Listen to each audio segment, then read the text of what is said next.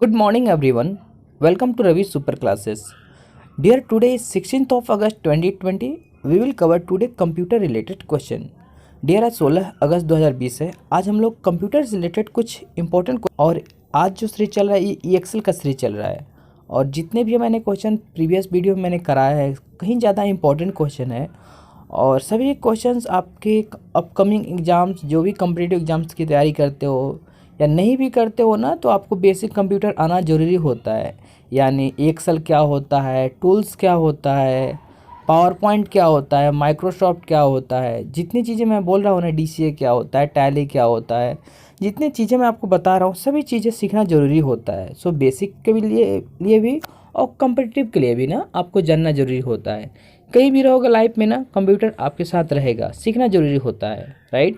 सो आशा करता हूँ डियर कि मैं आपको इस क्वेश्चन में, इस पार्ट में 100% दूंगा। जितने क्वेश्चन मैं आपको कराऊंगा सभी क्वेश्चन आपको रिमेंबर हो जाएंगे। ओके, हम क्विज की बात करते हैं। जो हमारा कल का क्विज था हम उसकी बात कर लेते हैं। हमारा क्विज था dear, what term describe a background that appear as a grainy non smooth surface. इसने बोला है कि वह कौन सा ऐसा टर्म है जिसमें हम बैकग्राउंड में ग्रेनी और नॉन स्मूथ सरफेस को डिफाइन करता है। जैसे हमने कोई बैकग्राउंड में जैसे पिक्चर अपने लगा दिया तो एक टर्म होता है, एक्सेल में एक टर्म होता है, राइट। तो आप उसे डिफाइन करोगे, कोई भी चीज़ हमने बैकग्राउंड में लगाया ना तो एक्सेल में उसे डिफाइन करेगा। किस नाम से डिफाइन करेगा? ऑप्शन देखो, पैटर्न, ग्रेडियंट, टेक्सचर, वॉल्वेट। अब पैटर्न नहीं हो सकता डियर। पैटर्न का मतलब होता है ना कि आप किसी किसी के ऊपर कोई फॉर्मेट बना रहे हो, पैटर्न का मतलब यही होता है। और टेक्सचर का मतलब होता है कि आप टेक्स्ट लिख रहे हो, राइट। तो इसका जो आंसर होगा ना, ग्रेडियंट होगा। ग्रेडियंट का ही मतलब होता है कि आप बैकग्राउंड में ना कोई चीज़ अगर आप अपीयर करते हो, लिखते हो ना, तो उसे हम ग्रेडियंट बोलते हैं, right. Okay, first of all जय हिंद। हम स्टार्ट करते हैं आज का क्विज का। हमारा आज का क्वेश्चन है dear, which among following is associated with Excel. यानी इसका मतलब हुआ जो आपके ऑप्शन दिया गया है, इस ऑप्शन में वह कौन सा ऐसा वर्ड है जो ईएक्सेल को एसोसिएट करता है, ईएक्सेल से रिलेटेड है। ऑप्शन देखो आप एक बार, graphic program, word processor, presentation, spreadsheet. Presentation नहीं होगा दियर। यही प्रेजेंटेशन कब होता है? पीपीटी में होता है, पावर पॉइंट प्रेजेंटेशन। हम तो ईएक्सेल की बात कर रहे हैं। वर्ड प्रोसेसर भी नहीं होगा, वर्ड प्रोसेसर माइक्रोसॉफ्ट वर्ड का एक दूसरा नाम है। ग्राफिक प्रोग्राम भी नहीं होगा। हाँ, ये एक्सेल में ना स्प्रेडशीट होता है। कोई भी डेटा आप मैथमेटिकल कैलकुलेशन करते हो ना, तो आप स्प्रेडशीट का यूज़ करते हो। यानी एक्सेल का रिलेशन जो है ना स्प्रेडशीट से है। तो हमारा आंसर क्या होगा? स्प्रेडशीट। सेकेंड क्वेश्चन है dear, the cell reference for a range of cells that starts in cell C1 and goes over to column H and down to row 10 is. इसे कैसे लिखोगे? एक चीज़ देखो डियर, अगर आप जब कभी भी लाइफ में EXL खोलोगे ना, तो EXL का जो भी पॉइंट आप लिखोगे, जैसे आपने किसी भी सेल में यानी टेबल जो रो कॉलम में आप लिखोगे, जैसे आपने अपना नाम लिखा, मोहित लिखा अपने नाम, तो जो मोहित लिखा है ना तो उसका एक एड्रेस होता है।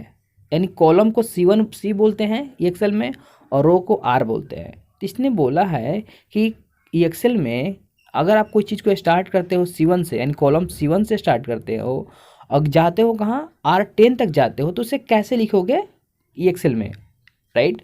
ऑप्शन को एक बार देखो आप। ऑप्शन है C1 10H, C1H10, C1:H-10, C1:H:10। तो डियर देखो, अगर आप EXL में कोई चीज़ लिखना चाहते हो, जैसे कॉलम और रो के कॉम्बिनेशन में लिखना चाहते हो, तो जो बी ऑप्शन है ना C1:H10, आप वैसे ही लिखोगे। सपोज मानो कि मैंने बोला कि आप कॉलम 2 में हो, कॉलम 2 में हो, आप वहाँ लिख रहे हो। तो जैसे आपने अगर 11-12 क्लास में मैट्रिक्स पढ़ा होगा ना, तो आप याद करो, कॉलम 2 में हो और रो 4 में हो तो क्या लिखोगे? C2H4 लिखोगे। एच का मतलब क्या होता है? रो का डिनोट कर रहा है, ठीक है।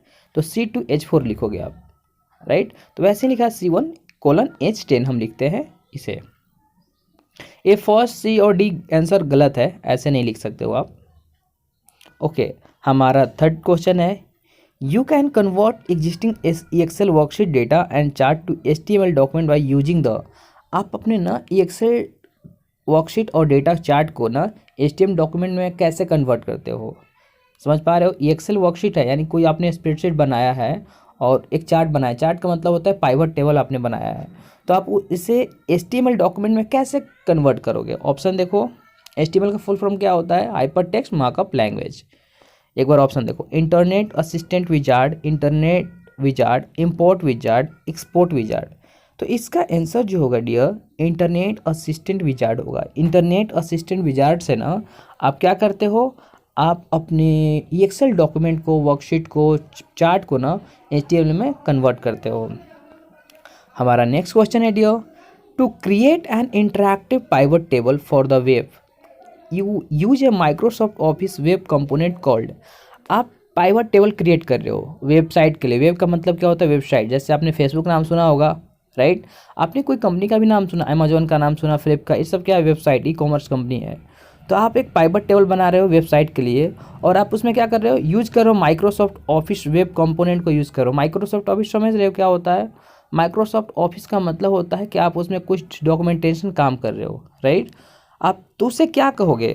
HTML बोलोगे, या पाइवट टेबल फील्ड लिस्ट बोलोगे, या पाइवट टेबल बोलोगे, या पाइवट टेबल रिपोर्ट बोलोगे, या पाइवट टेबल लिस्ट बोलते हो।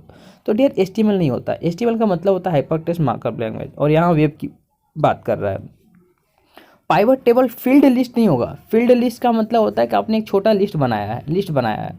हाँ, पाइवट टेबल रिपोर्ट होता है कि रिपोर्ट का मतलब होता है कि आपने किसी चीज़ पे ना डेटा बनाया है, रिपोर्ट दिखाया है। तो हमारा क्या होगा? पाइवट टेबल रिपोर्ट होगा आंसर। हमारा फिफ्थ क्वेश्चन है dear, what function display row data in a column और कॉलम डेटा इनटू रो। यानी इसका मतलब होता है वह कौन सा ऐसा फंक्शन है जो रो को कॉलम में, कॉलम को रो में डिस्प्ले करता है, उसे क्या बोलते हैं, क्या कहते हैं? ऑप्शन देखो, होप करता हूँ आप लोग इसे जवाब दे दोगे। इंडेक्स, हाइपरलिंक, रो, ट्रांसपोज। तो डियर ट्रांसपोज का ही मतलब होता है ना ए को ए इन्वर्स बनाना और ए इन्वर्स को ए बनाना, यानी वन का 2 को 1/2 बनाना, 1/2 को 2 बनाना, यही जस्ट अपोजिट करना। ट्रांसपोज का ही मतलब यही होता है। तो आंसर क्या होगा? ट्रांसपोज होगा। डियर हमारा 6th क्वेश्चन है, except which of the following function a formula with a logical function show the word true और फॉल्स एज ए रिजल्ट।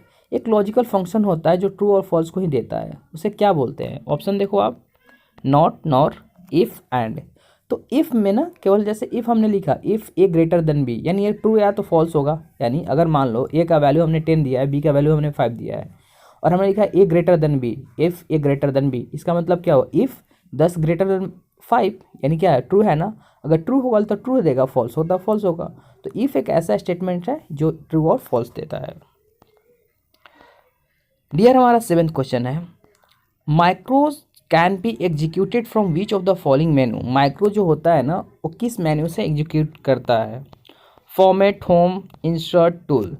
तो टूल्स में ना माइक्रो जो होता है ना एग्जीक्यूट करता है। जब टूल्स के ऊपर क्लिक करोगे ना तो माइक्रोज कन्वर्ट करने का एक ऑप्शन देता है एक्सेल में। एक बार आप जब भी बनाओगे ना तो एक बार देखना, आप टूल्स के ऊपर क्लिक करोगे ना तो माइक्रो कन्वर्ट करने का ऑप्शन देता है, राइट? माइक्रो का मतलब होता है डियर कि आपके जो ये एक्सेल चार्ट है ना, स्प्रेडशीट जो बनाया है ना, आपको एक वेब में कन्वर्ट कर देता है, उसे माइक्रो बोलते हैं। हमारा 8th क्वेश्चन है, protection and the protect sheet option can be selected from. यानी प्रोटेक्शन और प्रोटेक्ट शीट किस ऑप्शन से सिलेक्ट करते हो? प्रोटेक्शन का मतलब क्या होता है? आप सिक्योरिटी देते हो। आपने कोई एक्सेल का कोई फाइल बनाया और आप चाहते हो कि ये फाइल को ना कोई नहीं ओपन करे, मेरे अलावा कोई ओपन नहीं करे, तो आप उसमें ना प्रोटेक्शन और प्रोटेक्ट शीट कैसे दोगे? कैसे वो ऑप्शन लाओगे? कहाँ से लाओगे? Data, tools, edit, format. तो डियर आप इसका ऑप्शन देख रहे हो ना, इसमें अगर फॉर्मेट की बात करोगे ना, फॉर्मेट, तो आपका फॉर्मेट में नहीं हो सकता, एडिट में भी नहीं होता डियर, और डेटा में भी नहीं होता। आपका टूल्स में होता है। टूल्स में आपको मिलेगा, आपको प्राइवेसी का ऑप्शन मिलेगा आपको सेट करने के लिए। तो आपका आंसर क्या होगा? टूल्स होगा। हमारा 9th क्वेश्चन था, विच of the following is not a valid zoom percentage in EXL। यानी EXL में कौन सा जूम परसेंटेज सही नहीं है इसमें? 10, 100, 300, 500। तो 500 नहीं होता EXL में। हमारा लास्ट क्वेश्चन है, you can check the condition against when apply condition format. आप कोई फॉर्मेट पे कंडीशन अप्लाई कर रहे हो, राइट? किसी भी चीज़ पे ना आप कंडीशन अप्लाई कर रहे हो तो उसे कैसे चेक करोगे? किस फॉर्मेट से चेक करोगे? सेल वैल्यू से, फार्मूला से, बोथ ऑफ एबव से, या नॉन ऑफ एबव से? तो डियर आप ना फार्मूला से भी चेक करते हो कंडीशन पे, और सेल वैल्यू से भी चेक करते हो, तो हमारा क्या आंसर होगा, सी होगा, बोथ ऑफ एबव। आइडिया हमारा आज का क्विज का क्वेश्चन है, how can we set page border in EXL। EXL में पेज बॉर्डर कैसे सेट करोगे। अब पेज बॉर्डर के बारे में बताता हूँ। जैसे आपके मोबाइल में स्क्रीन होता है, अब उस स्क्रीन पे पेज बॉर्डर लगाना है। बॉर्डर का मतलब होना है कि आपने डायमेंशन लेंथ और ब्रेथ दोनों तरफ से, यानी एक रेक्टेंगल स्क्वायर में आप देते हो थोड़ा थोड़ा। जैसे आपने 5-5 मीटर का, 5-5 सेंटीमीटर का ना आप हर जगह से ब्रेथ दिया हुआ है, बॉर्डर दिया है, उसे क्या बोलते हैं, पेज बॉर्डर दिया हुआ है।